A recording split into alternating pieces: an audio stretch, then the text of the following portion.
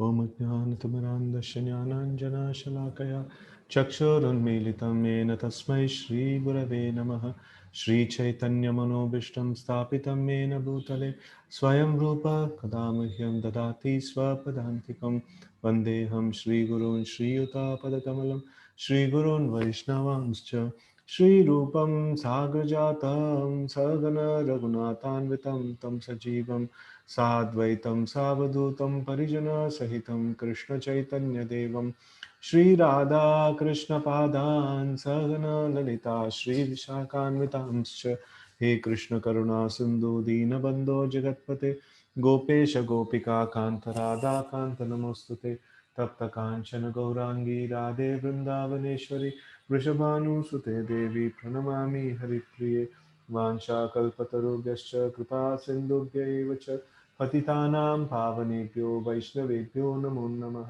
Jai Shri Krishna Chaitanya Prabhu Nityanand Shri Advaita Gadadhar श्रीवासादि Gaur भक्तवृंद Hare Krishna Krishna Krishna Hare Hare Hare Ram Ram Ram Hare Hare Krishna.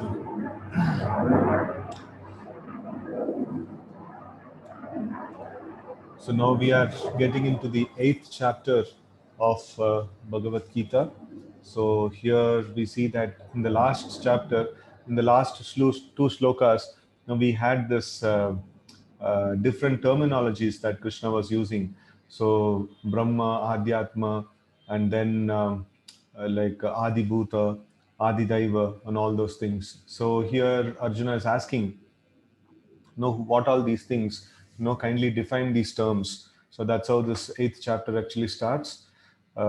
Let's chant the shloka. Arjuna uvacha kim tad brahma kim adhyatma kim karma purushottama adi bhutam cha kim prottam adi daivam kim uchyate.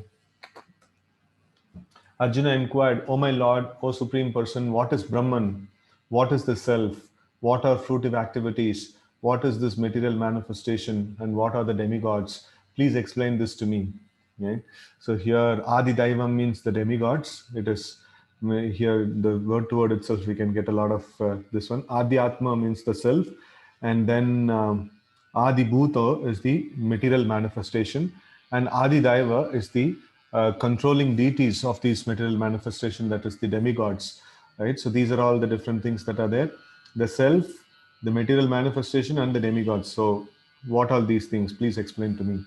So purport: in this chapter, Lord Krishna answers different questions from Arjuna, beginning with what is Brahman, and the Lord also explains karma, fruitive activities, devotional service and yoga principles, and devotional service in its pure form. The Srimad Bhagavatam explains that the Supreme Absolute Truth is known as Brahman, Paramatma, and Bhagavan. In addition, the living entity, the individual soul, is also called as Brahman. Arjuna also inquires about Atma, which refers to the body, soul, and mind. According to the Vedic dictionary, Atma refers to the mind, soul, body, and senses also. Basically, anything that we identify ourselves with, that's called Atma. Yeah. Okay, Arjuna has addressed the Supreme Lord as Purushottama, Supreme Person, which means that he was putting these questions not simply to a friend, but to the Supreme Person, knowing him to be the Supreme Authority, able to give definitive answers. Okay, text 2. Adi yajna katam kotra dehesmin madhusudana prayana kale cha katam nyeyo si nityatma bihi. Okay, Adi Yajna. So he is asking about Adi Yajna. So Adi Yajna means the Lord of sacrifice. So that is the Supreme Lord himself. No, Yajna means no, the Supreme Lord. It's a name of the Lord. No, Yajna. So Adi Yajna means the Lord of all the sacrifices. And then here it's a very, very nice question he's asking. Who is the Lord of sacrifice and how does he live in the body, O Madhusudana? And how can those engaged in devotional service know you at the time of death? So he is telling that who is the Lord of all sacrifices, and then how does he live in this body, and how to engage, how to actually remember him at the point of death. It's a very nice question. Okay, purport. Lord of sacrifice may refer to either Indra or Vishnu. So why Indra? Because he is the king of all the demigods. So he is the no all the anybody who is the king or the controller. So everything that is happening, will be offered to him. So he is the prime person. So in the same way, like he also has this name, Lord of Sacrifice. So, but then Vishnu is more prominent or more appropriate at this point in time here. So Vishnu is the chief of the primal demigods, including Brahma and Shiva, and Indra is the chief of the administrative demigods. So here we see that Vishnu is the chief amongst all the demigods, and then Indra is the chief amongst the administrative demigods, who are taking charge of various this ones like the rain, then fire, then like air and different functions. So Indra is the head of all those administrative demigods. So both Indra and Vishnu are worshipped by yajna performances. But here Arjuna asks, who is the actual Lord of yajna? And how the Lord is residing within the body of the living entity. Arjuna addresses the Lord as Madhusudana because Krishna once killed a demon named Madhu. Actually, these questions, which are of the nature of doubts, should not have arisen in the mind of Arjuna because Arjuna is Krishna conscious devotee. Therefore, these doubts are like demons. Since Krishna is so expert in killing demons, Arjuna here addresses him as Madhusudana, or that so that Krishna might kill the demoniac doubts that arise in Arjuna's mind. Now, the word prayana kale in this verse is very significant because whatever we do in life will be tested at the time of death.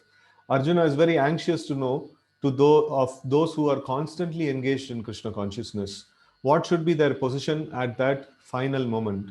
At the time of death, all the bodily functions are disrupted and the mind is not in a proper condition. Thus, disturbed by the bodily situation, one may not be able to remember the Supreme Lord. Maharaj Kulashekara, a great devotee, prays,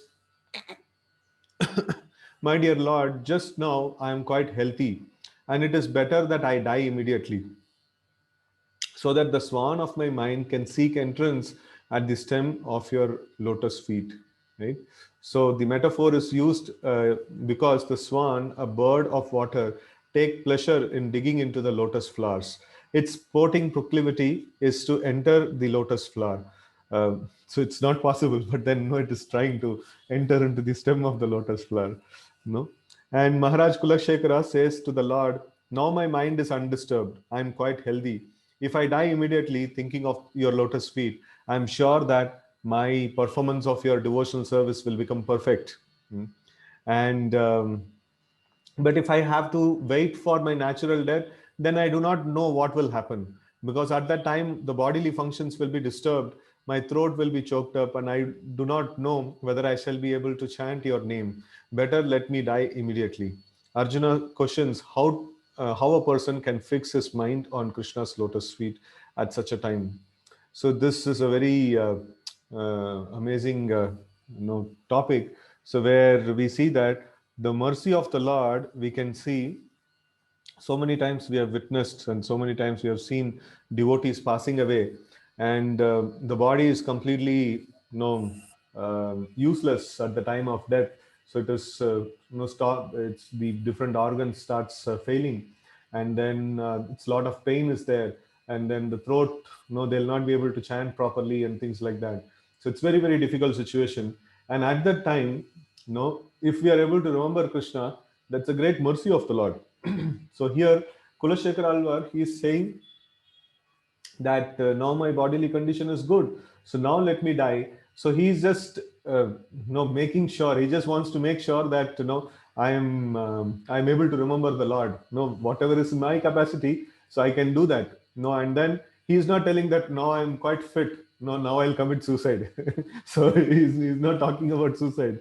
He's telling, okay, no, the death is something that has to be awarded by the Lord.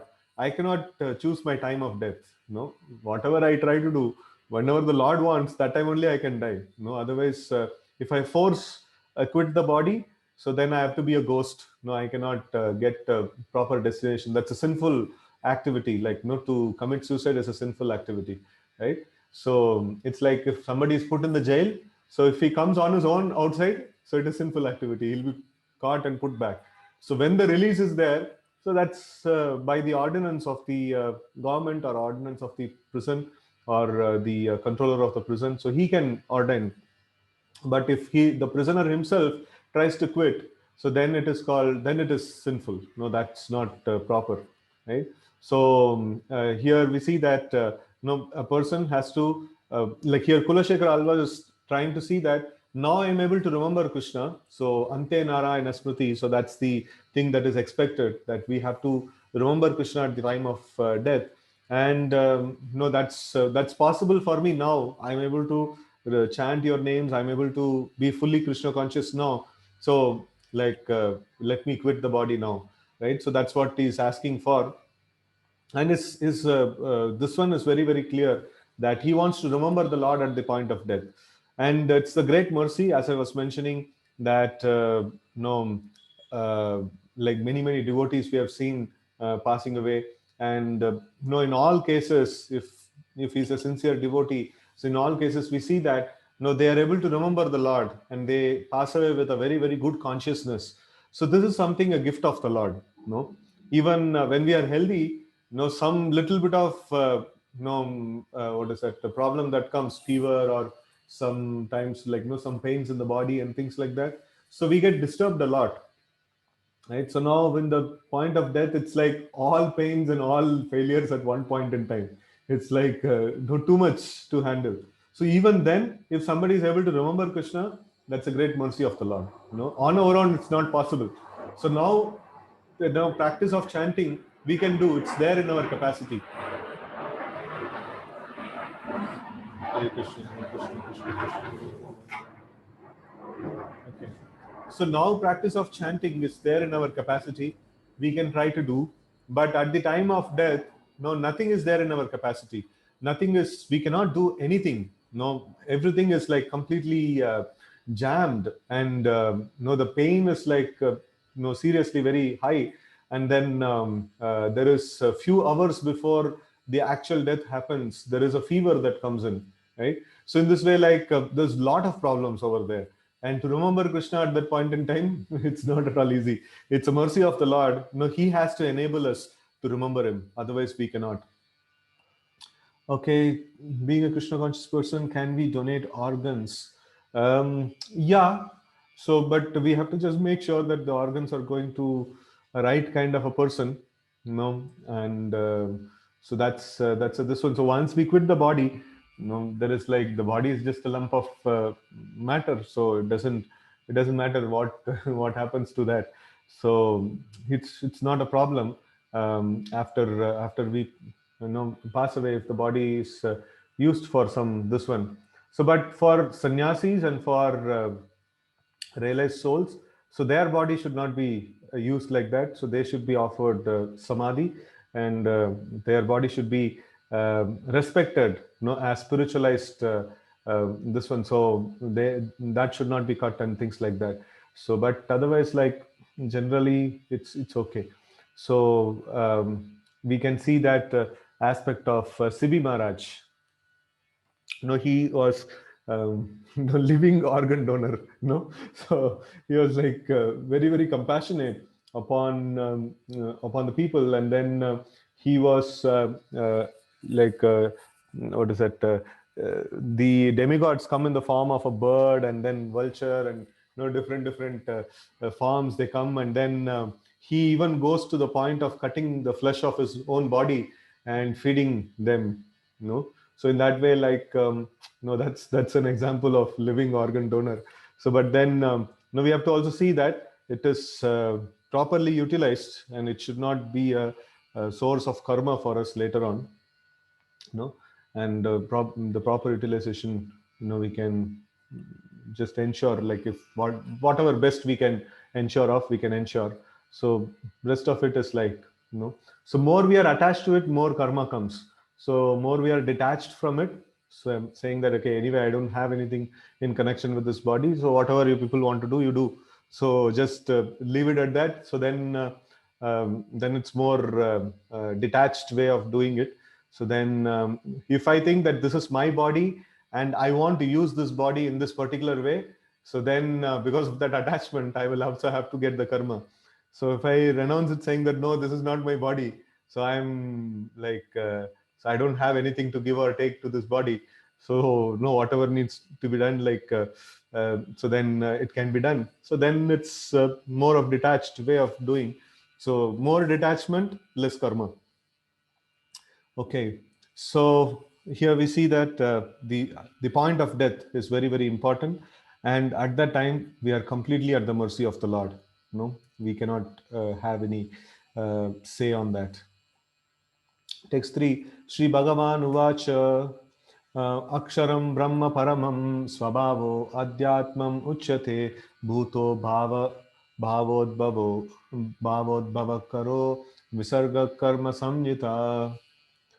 So, okay. So one more important thing, why Arjuna is asking that question at the time of death, how to remember? Because he knows that that's not there in our capacity. No, rest of the time it's okay. I can think of reading some scripture or listening to something or chanting the names of the Lord. But at the time of death, it's nothing is there in our control. So completely we are helpless. And here Arjuna is asking, so how to remember Krishna at that point in time when we are completely helpless? Okay, so this sloka we'll see the Supreme Personality of Godhead said the indestructible transcendental living entity is called Brahman and his eternal nature is called Adhyatma, the self. Action pertaining to the development of material bodies of living entity is called karma or fruitive activities. So it's what is Brahma? Brahman means like living entity. And then the eternal nature of the living entity is called Adhyatma or the self, right? And then Adhyatma means Atma also we can say like Adhyatma. So it's a self. And then the development of material body of the living entity is called karma or fruitive activities.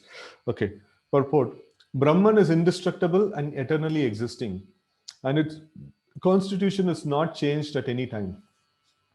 But beyond Brahman, there is Para-Brahman. Brahman refers to the living entity and Para-Brahman refers to the Supreme Personality of Godhead. Constitutional position of living entity is different from the position he takes in the material world. In material consciousness, his nature is to try to be the Lord of matter, but in spiritual consciousness or Krishna consciousness, his position is to serve the Supreme. When the living entity is in the material consciousness, he has to take on various bodies in the material world that is called karma or varied creation by the force of material consciousness.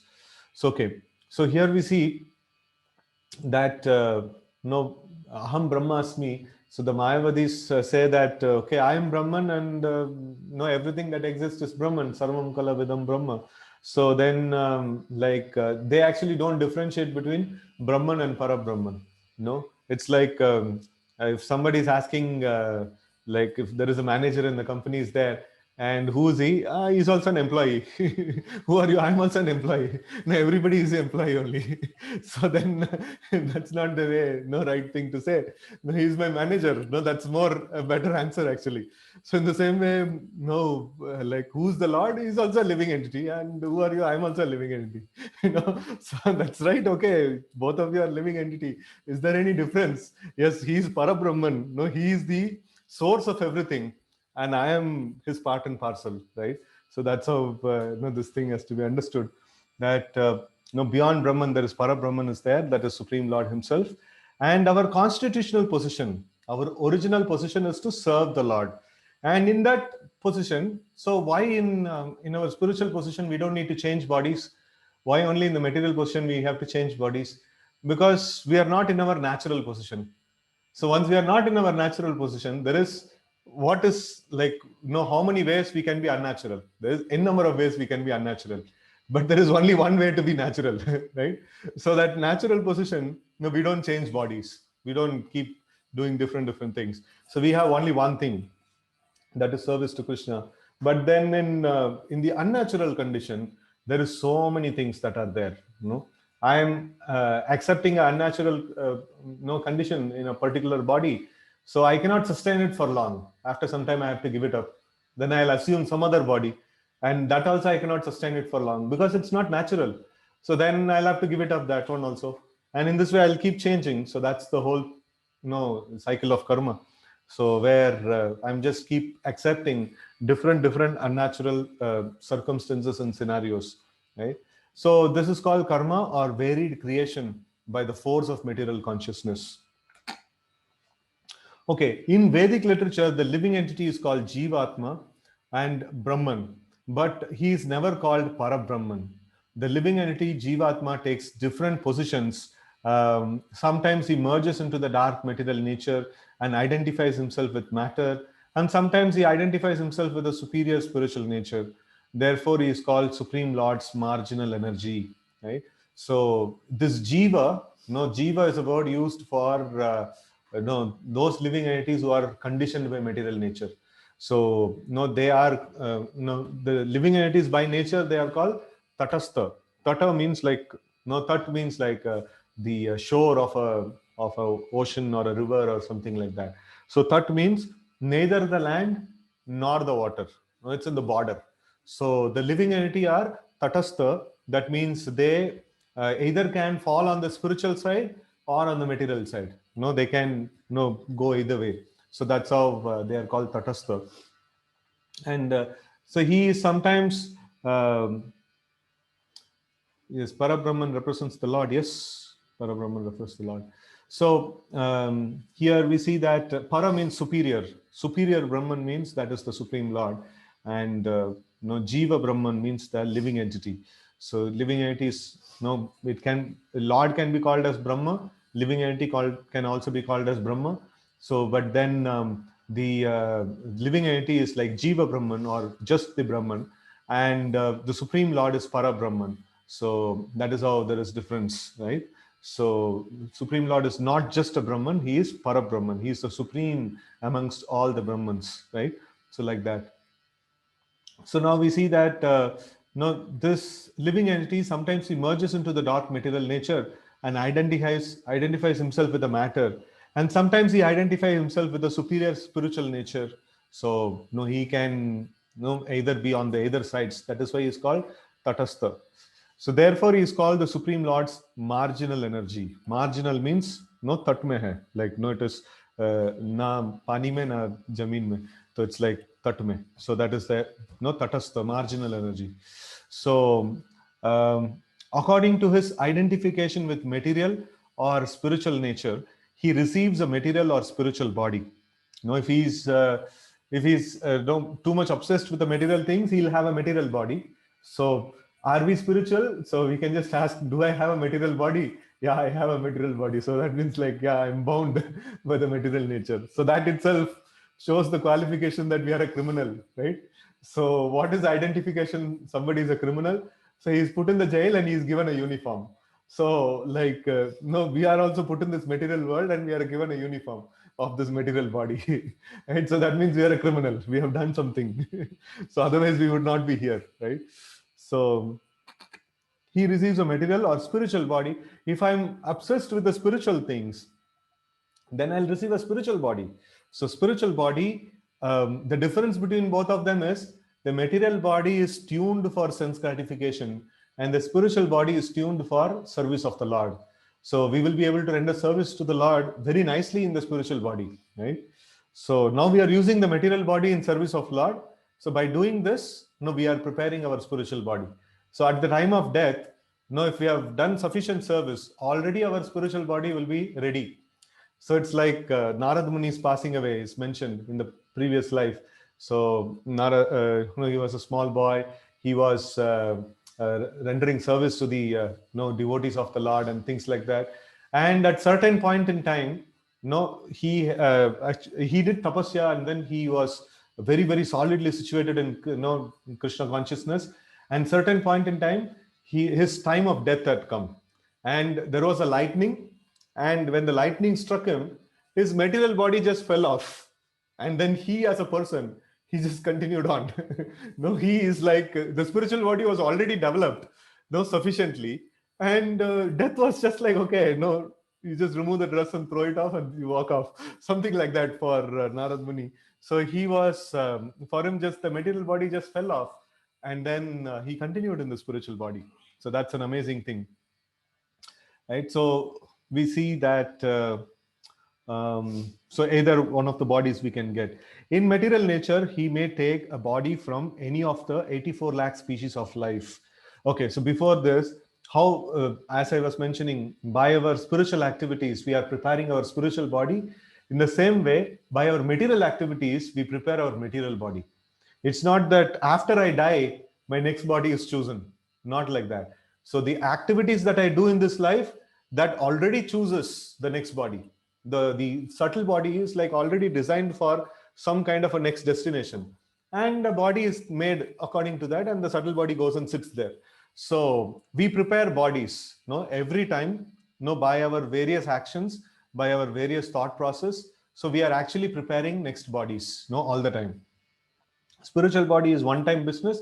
Material body means like it's keeps on going on, so many different material bodies have to keep switching and switching and switching.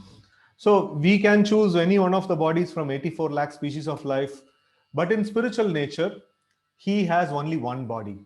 In material nature he is manifested sometimes as a man, as a demigod, as animal, beast, bird, etc., according to his karma.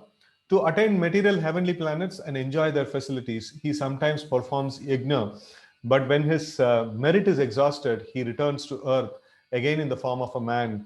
This process is called karma. So now we see that no, a Brahma Bhuvana Loka Punaravartino Arjuna. So Krishna mentions that. So a person actually goes through, no, he sometimes he performs yajna and he goes to heavenly planets, and sometimes no, after his punya is finished, he again comes back to the the material world. So in this way, he just keeps wandering in this material world. No, okay. Hmm. So there is a question. It means we have to be in Krishna consciousness, and automatically we will get spiritual body and merge with Parabrahman. How can we merge with Parabrahman? That's Mayavad. So we don't merge with Parabrahman. So okay, Krishna consciousness means not merging with Parabrahman to render service to Parabrahman. Right? So merging with Parabrahman.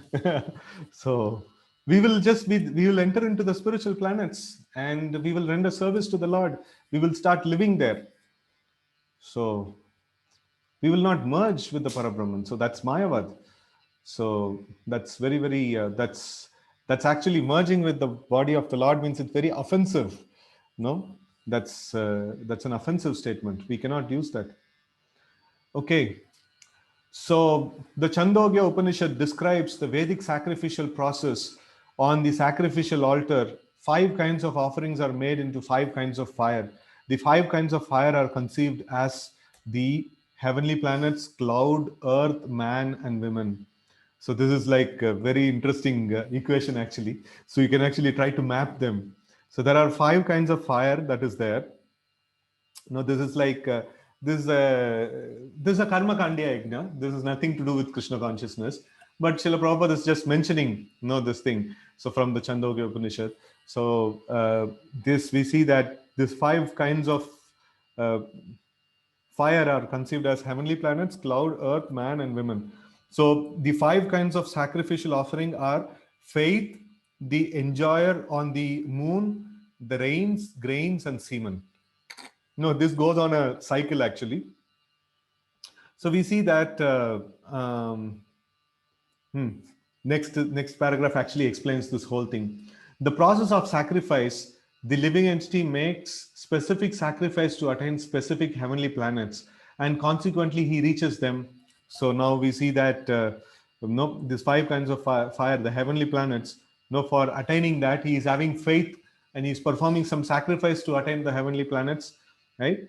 And then when the merit of sacrifice is exhausted, so the living entity descends to the earth in the form of rain, right? So he's now when the people go to the heavenly planets, how do they fall down to this material planet? In the form of rain, no? So they are put in the clouds, and when the rain comes, no, it just the rain actually comes down, and then what happens next? Then on the form of grains. Okay, exhausted, the living entity descends to earth in the form of rain. Then he takes on the form of grains and the grains are eaten by the man and then transformed into semen, which impregnates a woman. And thus the living entity once again attains the human form to perform sacrifice and so repeat the same cycle. So it's a cycle actually, what we saw. So a man is trying to perform sacrifice to go to the heavenly planets. And once the merit is finished, he will no in the form of clouds. No, he'll be put in the clouds, and then the rains comes. And once the rain comes, no, that actually is invested into the earth, and from earth grains come. So in the grains the living entities are there. And when man eats the grains, no, he actually, no, the soul is actually get into the semen, and he's invested into a woman, and then the living entity is born. So like this, the whole this one. So again he takes birth, again he starts performing. No, he wants to go to heavenly planets. So the whole cycle keeps going on. This is you know, so any intelligent man will say that, okay, where is the end of this cycle? I'm just going through it again and again and again. No, where is the end of it? So that's Krishna consciousness, right? So repeat the same cycle. In this way, the living entity perpetually comes and goes on the material path. The Krishna conscious person, however, avoids such sacrifices. He takes directly to Krishna consciousness and thereby prepares himself to return to Godhead. Impersonalist commentators on Bhagavad Gita unreasonably assume that Brahman takes the form of Jiva in the material world, and to substantiate this, they refer chapter 15, verse 7 of Gita. But in this verse, the Lord also speaks of the living entity as an eternal fragment of myself. The fragment of God, the living entity, may fall down into the material world, but the Supreme Lord Achyuta never falls down.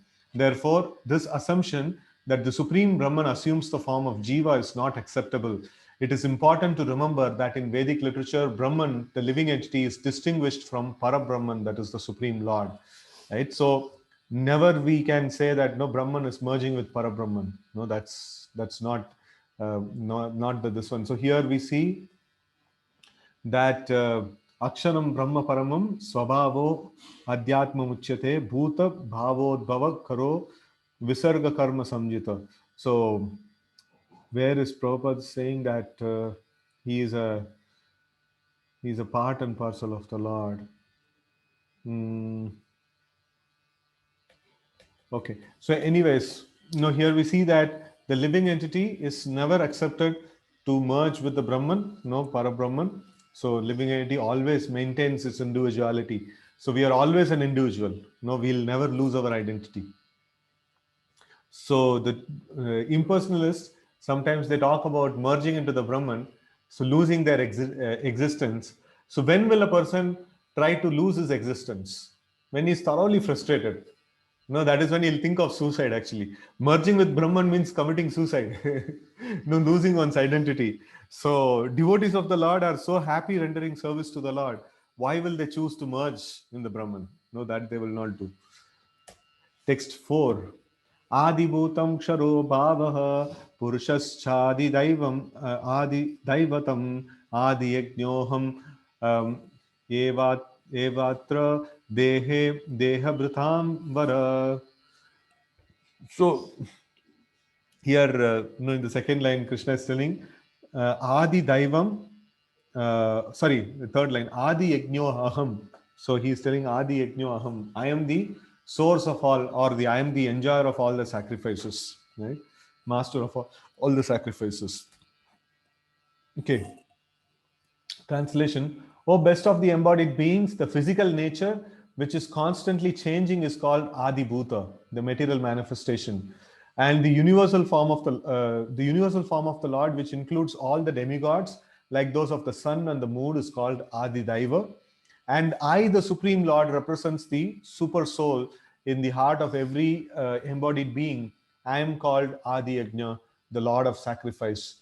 Right? So in this way, we can see that the Lord is the Adi Bhuta means the material nature, and Adi Daiva means the demigods. And here specifically, it's mentioned about the Virata Rupa. So in the Virata Rupa, like all the demigods are present in one form, and that's called the Adi Daiva. And the Lord personally is called the Adi Yajna, or the Lord of the sacrifice. Okay, the physical nature is constantly changing, Material bodies generally pass through 6 stages. They are born, they grow, they remain for some duration, they produce some byproducts, they dwindle and then vanish. So this is an important thing to note. So what are the 6 transformations of any material element? These are the 6 transformations of any material element. So they are born, they grow and maintain for some time, and then produce byproducts, then dwindle and die. So these are the 6 stages that everybody goes through. So everybody are born at certain time, and everybody grows, and then they maintain. So in the middle age there is not much of growth, it's the same.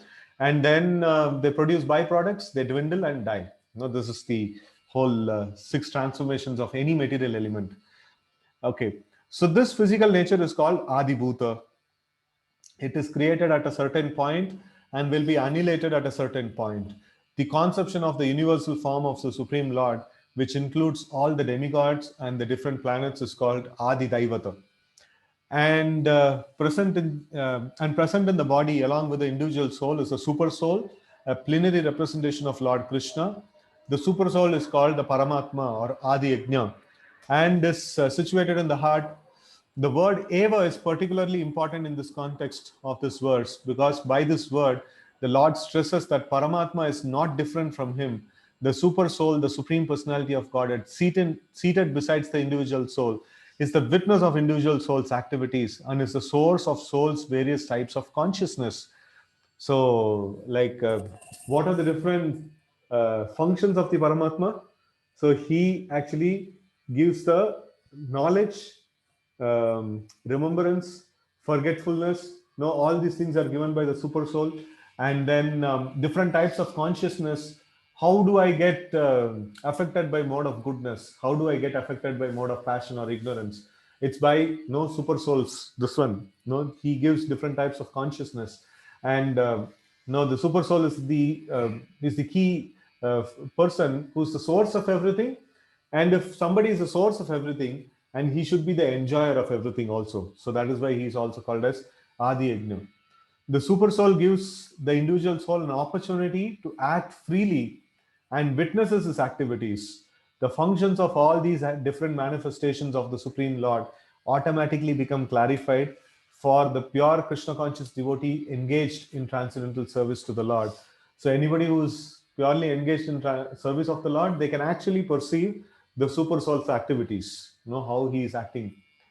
And then the gigantic universal form of the Lord is called Adi Daivata, is contemplated by the neophyte who cannot approach the Supreme Lord in his manifestation as the super soul.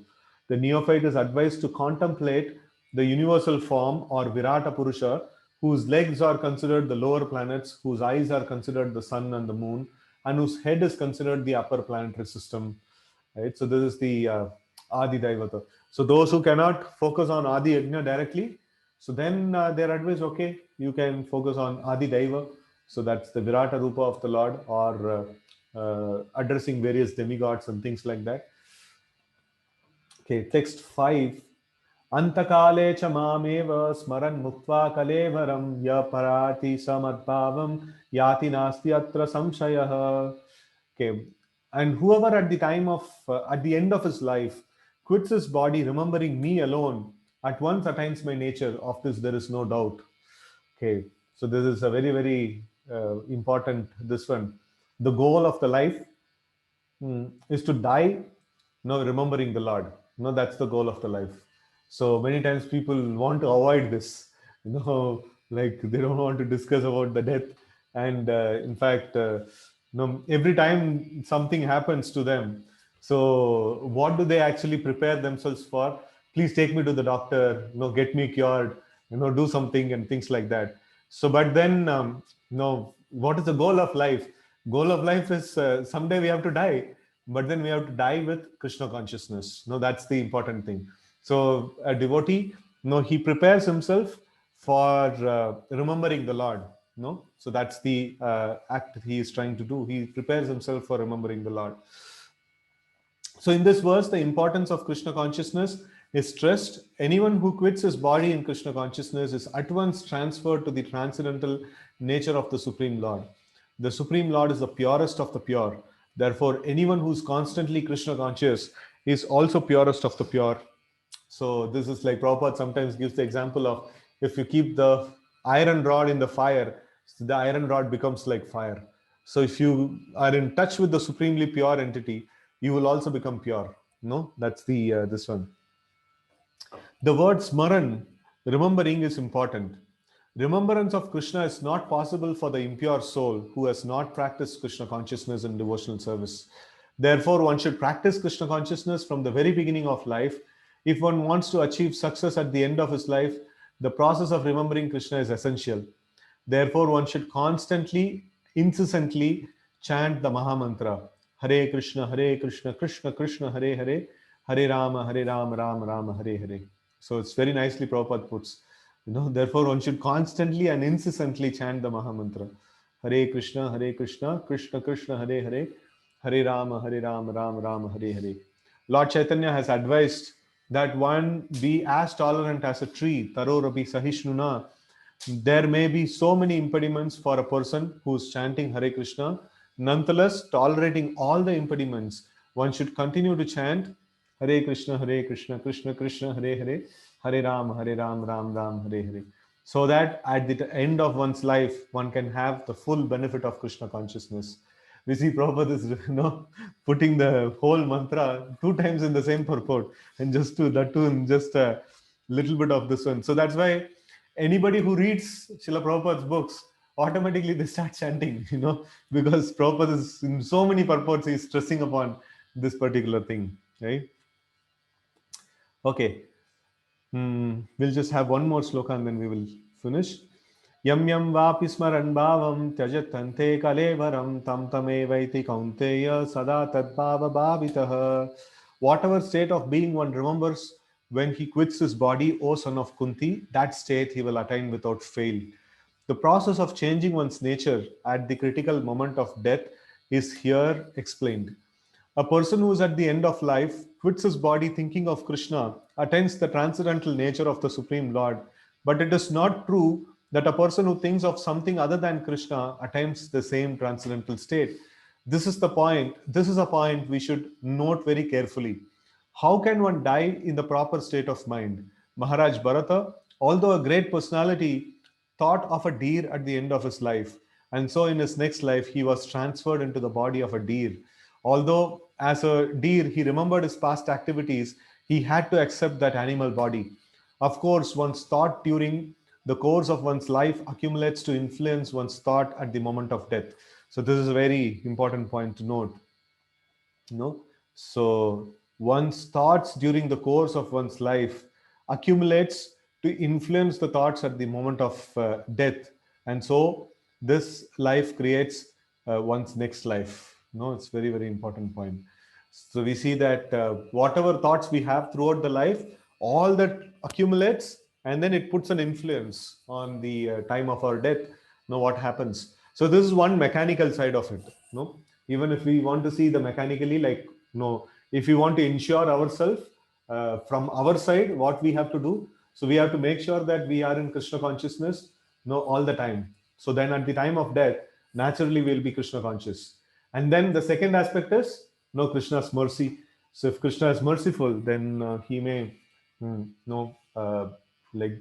us the remembrance of himself, right? So both the ways, like all possible ways, we have to ensure that we are going to remember Krishna at the time of death. If in one's present life, one lives in the mode of goodness and always thinks of Krishna, it is possible for one to remember Krishna at the end of one's life. That will help one be transferred to the transcendental nature of Krishna. If one is transcendently absorbed in Krishna's service, then his next body will be transcendental, spiritual, not material. Therefore, the chanting of Hare Krishna, Krishna Krishna, Hare Hare, Hare Ram, Ram Ram, Hare Hare is the best process for successfully changing one's state of being at the end of one's life. Okay. Oh, this was a small shloka. We will do just one more. Text 7. Tasmat sarveshu kaleshu mamanusmara yudhya cha mayarpitamano buddhir mame vaishyasi asamshayah. So here he's telling, before this two slokas, whatever question Arjuna asked, the same thing Krishna was telling. Arjuna has asked, how can one remember Krishna at the time of death? And Krishna is telling, one who remembers me, he will go back. No, he will attain the transcendental state. He didn't tell like how to remember, right? So now here he is telling, Tasmat, therefore, no, Tasmat, Sarveshu Kaleshu, no, all the time, Mam Anusmara Yuddhacha. So, like, you remember me and then fight. My Arpita Mano Buddhir, no, apply, no, your mind and intelligence, no, Mano Buddhir, my Arpita, no, apply it on me. Mam eva ishashya samsaya. Like, if you do this, then you will definitely reach me. No, there is no doubt about it, right? Okay, so therefore, Arjuna, you should always think of me in the form of Krishna and at the same time carry out your prescribed duty of fighting. With your activities dedicated to me and your mind and intelligence fixed on me, you will attain me without doubt. Right? So this is what is the Krishna consciousness. This is what is all of us, we are trying to do various things. It's all based on this, right? So let's do, all the time, let's do Krishna's service or remember Krishna or chant his names or glorify him or hear about him and things like that.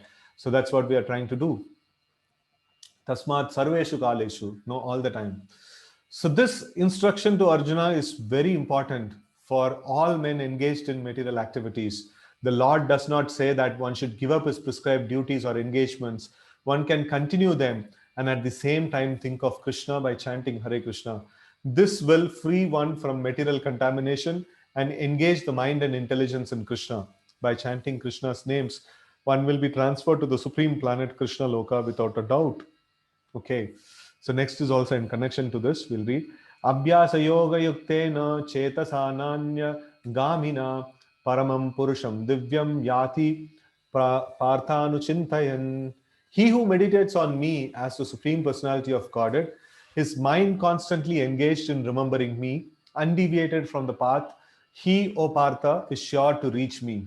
Right? So here we see that here Lord is not talking about one who is remembering him at the time of death.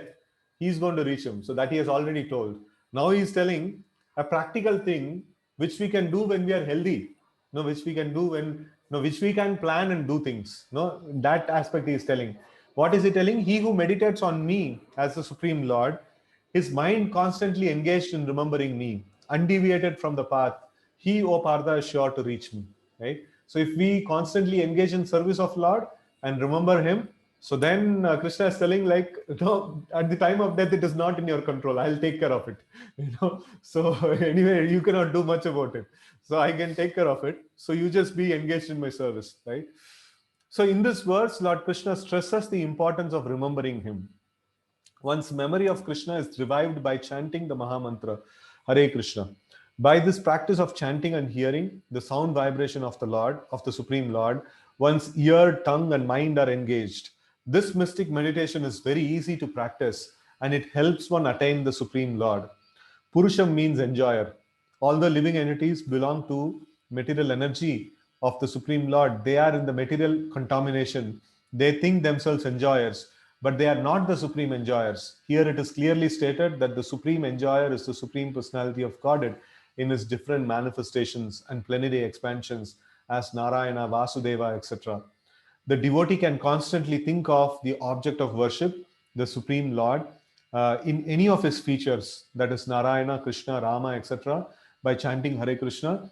This practice will purify him, and at the end of his life, due to his constant chanting, he will be transferred to the kingdom of God. Yoga practice is meditation on the super soul within. Similarly, by chanting Hare Krishna, one fixes his mind always on the Supreme Lord. The mind is fickle, and therefore it is necessary to engage the mind by force to think of Krishna. It's a very nice point. No, like we cannot allow the mind to naturally think of Krishna. That will come later on. Initially, force has to be applied, so that the mind can think of Krishna, because the mind is fickle. It doesn't want to stay in one thing. It just keeps on to changing things. So one example often given is that a caterpillar that thinks of becoming a butterfly and so is transformed into a butterfly in the same life. Similarly, if we constantly think of Krishna, it is certain that end of our lives we shall have the same bodily constitution as Krishna, that is spiritual body, right? So we will also get a spiritual body like Krishna. No, but then we are going to be servants of Krishna, right? Okay. So with this, we will stop today's discussion, right? uh, and we will get back tomorrow. So regarding the book distribution, so we are almost there. Like we have, crossed 85 percentage of our score, and still 15 more percentage. That is like somewhere around 1,700, 800 books. That needs to be met. So I request devotees to put this last mile effort, and let's do maybe another 2 3 days, or maybe a maximum a week we can take, and then we should finish off this assumed target, so 12,000 books. So let's put our last mile endeavor and effort towards this direction. Hare Krishna. Srila Prabhupada ki jai. Srimad Bhagavad Gita ki jai. Srila Prabhupada book marathon ki jai. Hare Krishna.